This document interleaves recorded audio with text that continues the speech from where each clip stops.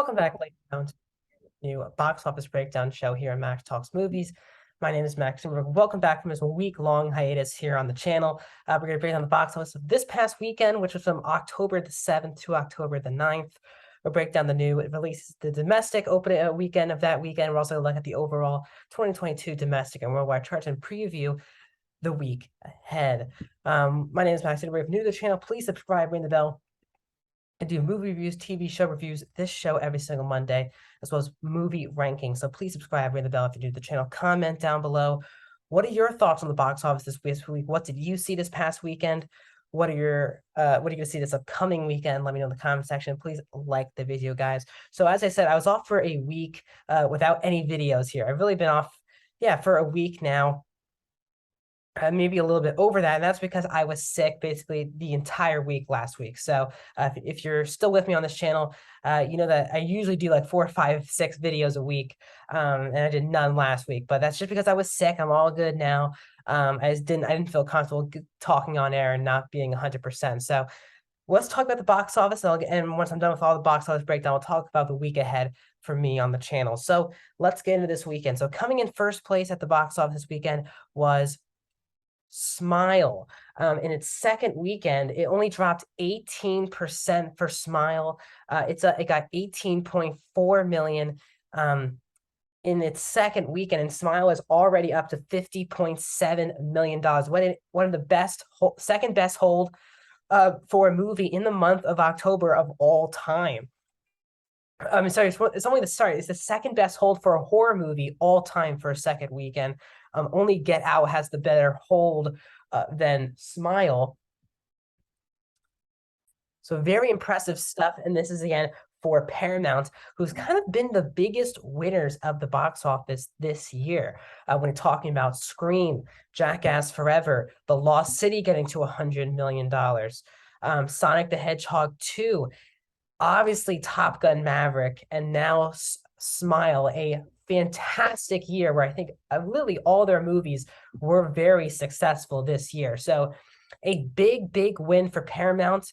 They're a studio that I don't think people see as this top tier movie studio, but they put out some of the most successful movies of the year.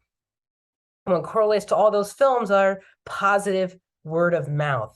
None of them have a rotten review, are rotten on Rotten Tomatoes, and the word of mouth has been good about all of those movies, and it's led to some really surprising box office for some low budget films they did, like The Lost City, like Smile. So big win for Paramount. We'll see if Smile keeps this up as the horror movie competition continues to ramp up here in October, but Smile doing very well domestically. The first of 2 new releases that came out this past weekend is number 2, and that is Lyle Crocodile, which is from Sony. It only opened with $11.4 million. I don't think anyone really, for the most part, it just is not a promoted film from Sony. Javier Bardem, Constance Wu, and then you had Shawn Mendes as the crocodile. And it's a kids film, and normally this is not the time, really, in October. November usually are either horror films or usually sometimes action films, and mostly awards-driven films. So to see a family film, it was not heavily promoted, and this is not a great opening for a family film. Family films usually are in that $15 to $20 million camp. Opening below that, not very good sign. So Lyle Crocodile, number 2 for Sony. The big story of the weekend was at the number 3 movie of the weekend, which was Amsterdam, finishing at opening of $6.4 million, a huge stunner this is from Fox Studios, so Disney, because Disney bought Fox, and this is supposed to be one of the most anticipated kind of Oscar buzz films of the year, directed by David O. Russell, who really doesn't miss movie-wise, especially with award season. His last film was Joy, which got Jennifer Lawrence an Academy Award nomination. Then he had American Hustle, Silver Linings Playbook, The Fighter. So he has been on some streak as a director, and this film has one of the best casts of the year: Christian Bale, Margot Robbie, John David Washington, Chris Rock, Anya Taylor-Joy, Zoe Saldana, Michael Shannon, Mike Myers, Taylor Swift, Rami Malek, and Robert De Niro are all in this movie. And the truth of it is that it got bombed both not at the box office, but also reaction to it. It is currently sitting at around 30% on Rotten Tomatoes. That is really low.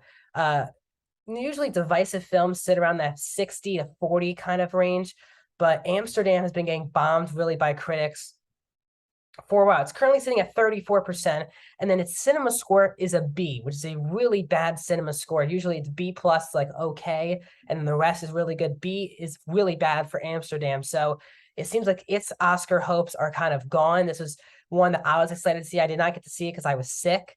But shocked at the low numbers for Amsterdam and a big misfire from one of the most anticipated films of the year. If you're talking about on paper, this should be one of the better films of the year so far. But Amsterdam did not come through in that way. Number 4, though, doing very well still in the box office is The Woman King in its 4th week. Gets 5.1 million, only a 24% drop, and it's up to 54 million. This is from Sony again, from just like Loud Loud Crocodile. The Woman King is doing very well, and I think it's going to do very well once it hits PVOD later this month. This is one of my favorite movies of the year. I think it's going to be a heavy awards buzz film, and it continues to do very well at the box office. And that's kind of the biggest point I have really between The Woman King and Amsterdam. These are two movies that are kind of heading into awards season, and I think one of the biggest things telling since the pandemic is that if your movie it's not just good enough now just to have an A-list lead in the role. The movie needs to be good. And I'm really in these movies that are not doing well critically and audience-wise, they're just not being seen in the movie theater. Really, since the pandemic, more people are becoming more selective of how to spend their money going to the cinema. And if a movie has a 30% on Rotten Tomatoes and a B cinema score, they'll just wait to see it at home. So I do feel like that while these movies do need these big stars and these big sets and these franchises, as they say, but if you're not just an already established Marvel, DC type franchise, Star Wars, and those types of franchises, those franchises don't need the critic scores and audience scores to get people in the theater. Yes, it might not be the global success that it wants to be, but it will make money. These types of films, Woman King, which got rave reviews, has over 90% Rotten Tomatoes and 90% audience scores, A+ cinema score. This movie's doing well. And a movie like Amsterdam, again, both are going for awards consideration. One has 30% critic scores and a B cinema score. It just shows you that people are being more selective, and movies need to be good for people to go see new original content. So that's kind of my big takeaway from the box office. And wrapping up the top 5 is Don't Worry, Darling, in its 3rd weekend. 3.5 million, it's a 49% drop. Huge drop for Don't Worry, Darling. And it's up to 38.4. It will be lucky to get to 50 million domestic. Just, again, a big misfire for Warner Brothers Discovery, as seems like the movie is, people don't really seem to like the movie. And I think the outside buzz about the movie did not help it either. When we get to domestic charts, nothing really to change here, really, for a long time here. Top Gun, Maverick, #1 with 714 now, but then you have Doctor Strange 2, Jurassic World 3, The Batman, Minions 2, Thor: Love and Thunder, Sonic 2, Elvis, Uncharted, Nope, Lightyear, The Lost City, and then Bullet Train. Bullet Train's now under $3 million to get to The Lost City, but it probably will not get there because Bullet Train's already available now to rent for PVOD. So still 13 movies. We're at $100 million this year, and I think we're going to have some more. The question is how many more we shall see. On the worldwide chart, Top Gun Maverick, 1.47 billion now. Jurassic World Dominion is also in the billion-dollar club, $1.01 billion for that franchise. Doctor Strange is at number 3, Minions number 4, Batman 5, Thor 6, Fantastic Beasts 9, and Sonic the Hedgehog 10. So October usually means it starts beginning that every single week we have a big movie hitting theaters. And this upcoming weekend, we have a couple films hitting theaters. Limited fashion starting tomorrow, starting in limited fashion theaters, is the new film called Till, which is the true story based on Emmett Till. It's been heavily promoted. It will be hitting limited theaters starting on Tuesday. But the big movie of the week is Friday, as Halloween Ends, which is the conclusion of the new Halloween trilogy, hits theaters and on Peacock. So this is one of the rare, Peacock has really been the only studio this year to continue that Peacock in theaters and on Peacock dually at the same time. They did that with Firestarter earlier this year, so this is their second film they've done this on, and this is also coming off of them doing this with Halloween Kills last year. So back-to-back years, Halloween is going on Peacock and in theaters. The question is, the embargo does not lift until Thursday, which makes me nervous if the movie's actually good. And some really bad reviews, audience and critically, for the second film might drive this for people to stay at home and watch this on Peacock. But let me know, what do you guys think? Are you guys going to check out Halloween Ends this weekend? Because we have not done it, I wasn't here last week to do the October preview. I'll just preview the rest of the month. So following